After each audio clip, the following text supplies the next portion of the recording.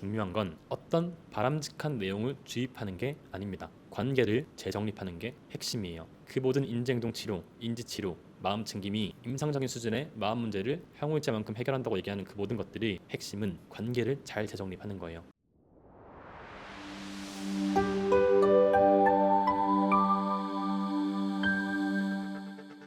앞서서 제가 거리두기, 탈융합, 탈동일시가 중요하다고 말했잖아요. 근데 그것들은 모두 내면을 바라보는 방식을 바꾸는 거예요. 의제, 아젠다 자체가 바뀌어야 됩니다. 이걸 잘 이해하지 못하는 분들이 있어서 제가 딱 한마디만 하면 관계라니까 멍청아? 웬 급발진 하셨겠지만 유명한 정치가 제임스 카빌이 했던 경제라니까 멍청아라는 카피를 따라해봤습니다. 제임스 카빌이라고 빌 클린턴 대선 때 주요 의제를 경제에 초점에 맞추기 위해서 It's the economy stupid라고 하는 카피를 활용했었는데 저 카피가 아주 불티나게 팔렸어요. 그래서 클린턴의 그 정책의 핵심이 이코노미, 경제에 초점이 맞춰지면서 클린턴이 대선에서 승리할 수 있었습니다. 비슷하게 우리한테 중요한 의제는 관계입니다. 무슨 뜻이냐면 우리가 집중해야 할 거는 생각의 내용이 아니라 생각과의 관계입니다. 자, 여러분, 이게 진짜 중요한 말이고 여기서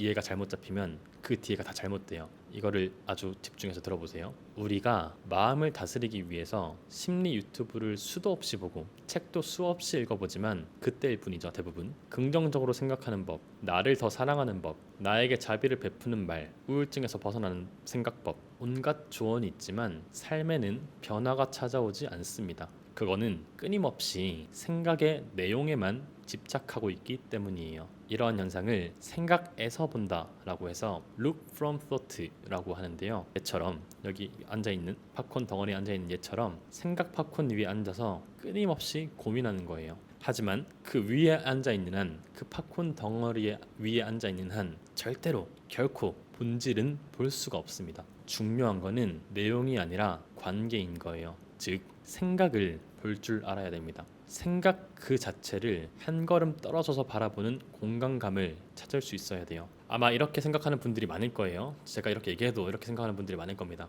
야, 왜 생각에서 바라보면 안 되는 건데? 긍정적으로 생각하면 좀 좋냐? 생각을 고쳐먹고 잘 사는 사람들도 많지 않냐? 그런 주장, 그런 자기계발서의 온갖 주장들 얼마나 많은데 왜 생각에서 보면 안 되는 건데? 라고 얘기할 수도 있고 동의하는데 적어도 정신건강에 해를 미치는 심리 문제 한해서는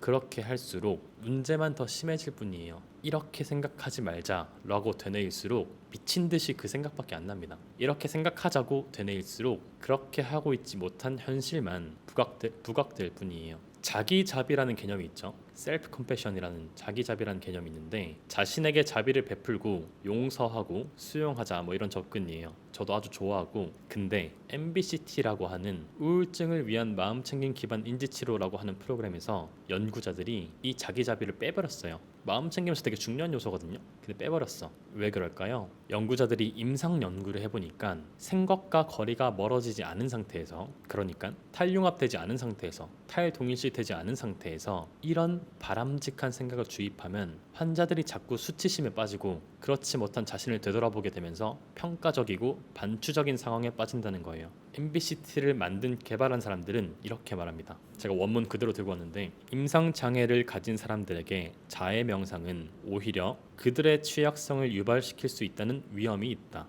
예컨대 매우 반추적인 사람에게는 행복한 또는 해가 없는 과 같은 단어는 이러한 자질을 갖추기 위해 노력해야 하는 것으로 너무 쉽게 그리고 너무 좁게 이해될 수도 있다. 그래서 과거에 그렇게 하지 못했다는 실패감 혹은 미래에 그렇게 하는 것이 불가능할 것이라는 사실에 이들의 마음속에 고통스러운 감정의 폭포수가 일어날 수도 있다. 또 이렇게도 얘기합니다. 자비 명상을 실습하는 목적이 자애심을 개발하는 것이라고 여긴다면 자신이 그렇게 할 수 없다는 것을 깨닫고 실제로는 누군가를 사랑하거나 사랑받을 수 없다는 기존의 무능력감을 강화시킬 수 있다. 그래서 이런 부작용이 있어서 MBCT에서는 이 내용을 빼버렸어요. 이처럼 중요한 건 어떤 바람직한 내용을 주입하는 게 아닙니다. 관계를 재정립하는 게 핵심이에요. 그 모든 인지행동 치료, 인지치료, 마음 챙김이 임상적인 수준의 마음 문제를 향후일자만큼 해결한다고 얘기하는 그 모든 것들이 핵심은 관계를 잘 재정립하는 거예요.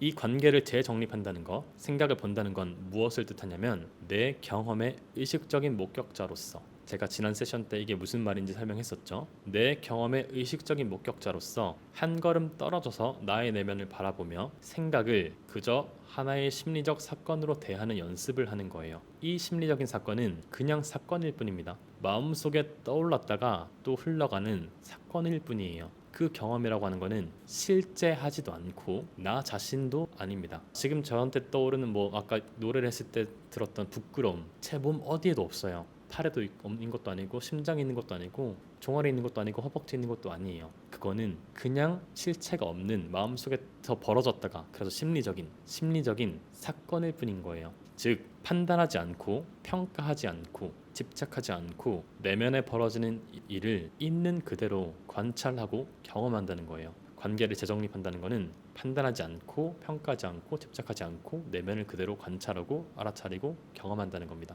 우리가 명상을 배울 때 보면 선문답이란 걸 되게 많이 하거든요.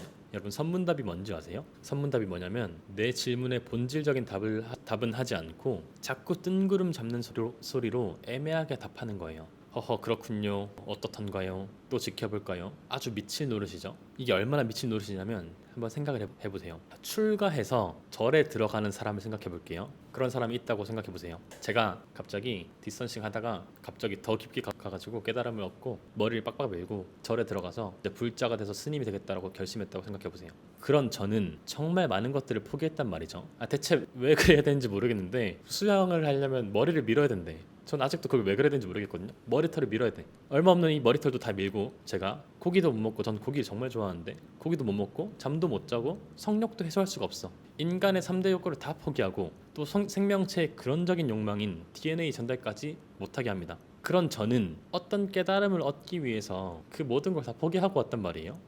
여기에 어떤 진리가 있을 것 같다. 그래서 제 열정을 다 바쳐서 왔는데 근데 늘 이런 식인 겁니다. 제가 와가지고 이렇게 얘기합니다. 선생님, 스승님 진리를 알려주십시오. 너무 괴롭습니다. 이랬더니 스승님이 그래 명상에서 무엇을 경험했느냐. 제가 다시 얘기를 하죠. 마음이 방황하고 온갖 잡념들이 떠오릅니다. 그런 스승은 또 답은 안 해주고 질문만 해요. 그런 걸 알아차렸을 때 어떤 일이 발생했느냐. 제가 슬슬 좀 화가 나죠. 제 머리털도 다 밀고 지금 억울해 죽겠는데 빡이 쳐가지고 무슨 말인지 잘 이해가 가지 않사옵니다. 그저 괴로웠을 뿐입니다. 스승님은 또 추상적인 답변으로 설명하면서 답해요. 괴로움은 구름과 같은 것이다. 애초에 하늘은 청명하다는 게지. 이렇게 보면 이 스승님은 무슨 사탄의 자식 같은데 이 스승님이 나쁜 놈이라서 자꾸 진리를 안 알려주는 걸까요? 저를 더 오랫동안 부려먹으려고? 아니에요. 여러분 이게 진짜 중요한 내용인데 이 스승은 아주 교묘하게 진리를 전달하고 있는 거예요. 판단하지 않고 관찰하지 않고 비지시적인 경험 그 자체를 수용할 수 있도록 대화의 프레이밍을 자꾸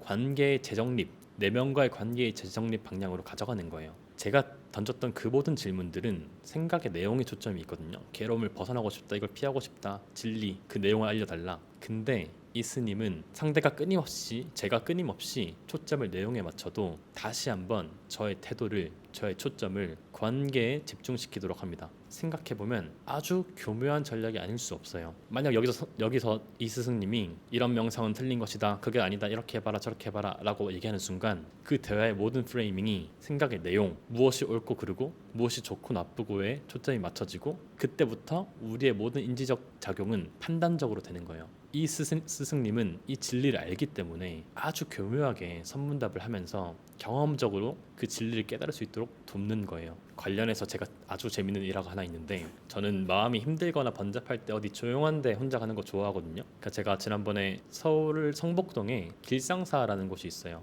제가 이런저런 이유로 힘들고 그래가지고 길상사라고 하는 절에 한번 가봤었는데 제가 정말 좋아하는 사상가인 법정 스님이 계셨던 곳입니다. 가면 이런 고등어 모양을 한 고양이도 있고 좋아요. 절은 작은데 좋습니다. 좋은데 제가 그래서 좀 마음을 비우고 걷고 있는데 이런 안내판이 있는 거예요. 보이시나요? 제가 읽어드릴게요. 많은 분들이 참선 수행 중이십니다. 방문객 여러분께서는 조용히 지나가 주시기를 부탁드립니다. 제가 좀 성격이 삐딱해가지고 저걸 읽고는 마침 지나가는 스님께 합장하고 인사를 하고 스님 제가 질문이 있습니다 하고 말을 걸었어.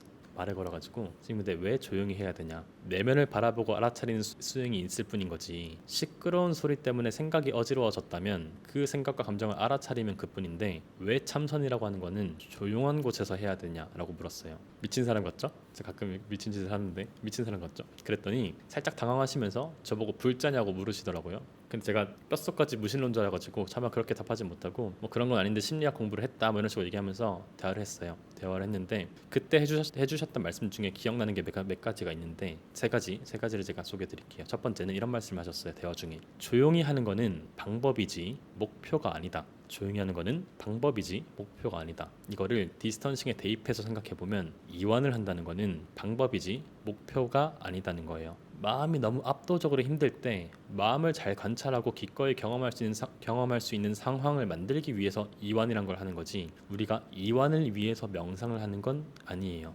마찬가지로 어떤 바람직한 생각도 결국은 관계를 잘 맺기 위한 방법일 뿐이지 그것이 목표는 아닙니다. 이런 말씀도 하셨어요. 시끄러움도 하나의 경험이다. 역시나 디스턴신적으로 해석해보면 부정적인 생각과 감정도 하나의 심리적 사건일 뿐인 거예요. 즉 고통도 하나의 심리적 경험일 뿐인 겁니다. 알아차리고 기꺼이 경험하는 하나의 사건일 뿐이라는 거예요. 마지막으로 이런 말씀도 하셨어요. 전 갈애라고 하는 개념을 몰랐는데 불교에 그런 개념이 있대요. 고요를 찾아 헤매는 건 갈애가 될 수 있다. 제가 바꿔 말하면 부정적인 내적 경험을 피하려고 할수록 강해질 뿐인 거예요. 긍정적인 것들로 가득 채우려고 할수록 그렇지 못한 현실만 부각될 뿐이다 라고 할 수 있겠습니다. 그 측면에서 우리가 초점을 맞춰야 될 거는 뭐다? 내용이 아니라 관계다. 그래서 제가 결국 하고 싶은 말은, 최종 결론은 관계라니까 멍청하라는 카피를 쓰면서까지 제가 너무도 강조하고 싶은 내용인데, 관계를 잘 정립하는 게 중요하다. 어젠다 자체가 바뀌어야 된다. 패러다임의 시프트가 있어야지 우리가 내면을 다르게 바라볼 수 있지. 관계를 바꾼다고 하면서, 제가 관계를 바꾼다고 하면서 내용에 집중하는 예시를 하나 들어드릴게요. 선생님, 명상을 그렇게 했는데 우울감이 가시지가 않는데요? 이해되시나요? 제가 명상을 그렇게 했는데 우울감이 가시지가 않아요. 이 사람은 우울감이라고 하는 그 내용을 어떻게 없애는지에 초점을 맞추고 있는 거예요. 정말로 진심으로 관계에 초점을 맞추고 그것을 관찰하고 알아차리고 흘려보낸 연습을 하고 있는 게 아닌 거예요. 끊임없이 내 번뇌를 없애기 위한 작업을 위해서 명상만 하고 있는 거죠. 근데 그런 식으로 명상에서는 결코 우리가 얘기하는 마음챙김적인 어떤 변화가 생기지 않습니다. 제가 이 부분은 다음 주 라이브 때 본격적으로 얘기를 좀 해볼게요. 그래서 앞으로 어디 절에 가가지고 조용히 하라고 하는 문구가 있으면 시끄러움도 알아차리면 되지 왜 조용히 해야 합니까? 라고 말하면서 잘난 체 해보세요. 스님께서 눈이 휘둥그레져 가지고 대화를 하고 싶어 하실 겁니다. 가 아니라 하지 마세요. 소금 맞고 쫓겨날 겁니다. 네, 어찌됐든 요 말이 어떤 뜻인지, 참선 수행에서 조용히 한다는 게 어떤 의미였는지, 그거를 디스턴싱적으로 봤을 때는 무슨 의미인지, 왜 MBCT라고 하는 임상적인 목적의 명상 프로그램에서는 자비자기를 빼버렸는지, 이런 분들이 초점을 맞춰서 생각에서 보는 게 아니라 생각을 보는 연습, 중요한 건 관계다라는 것들을 제가 얘기를 하고 싶었습니다.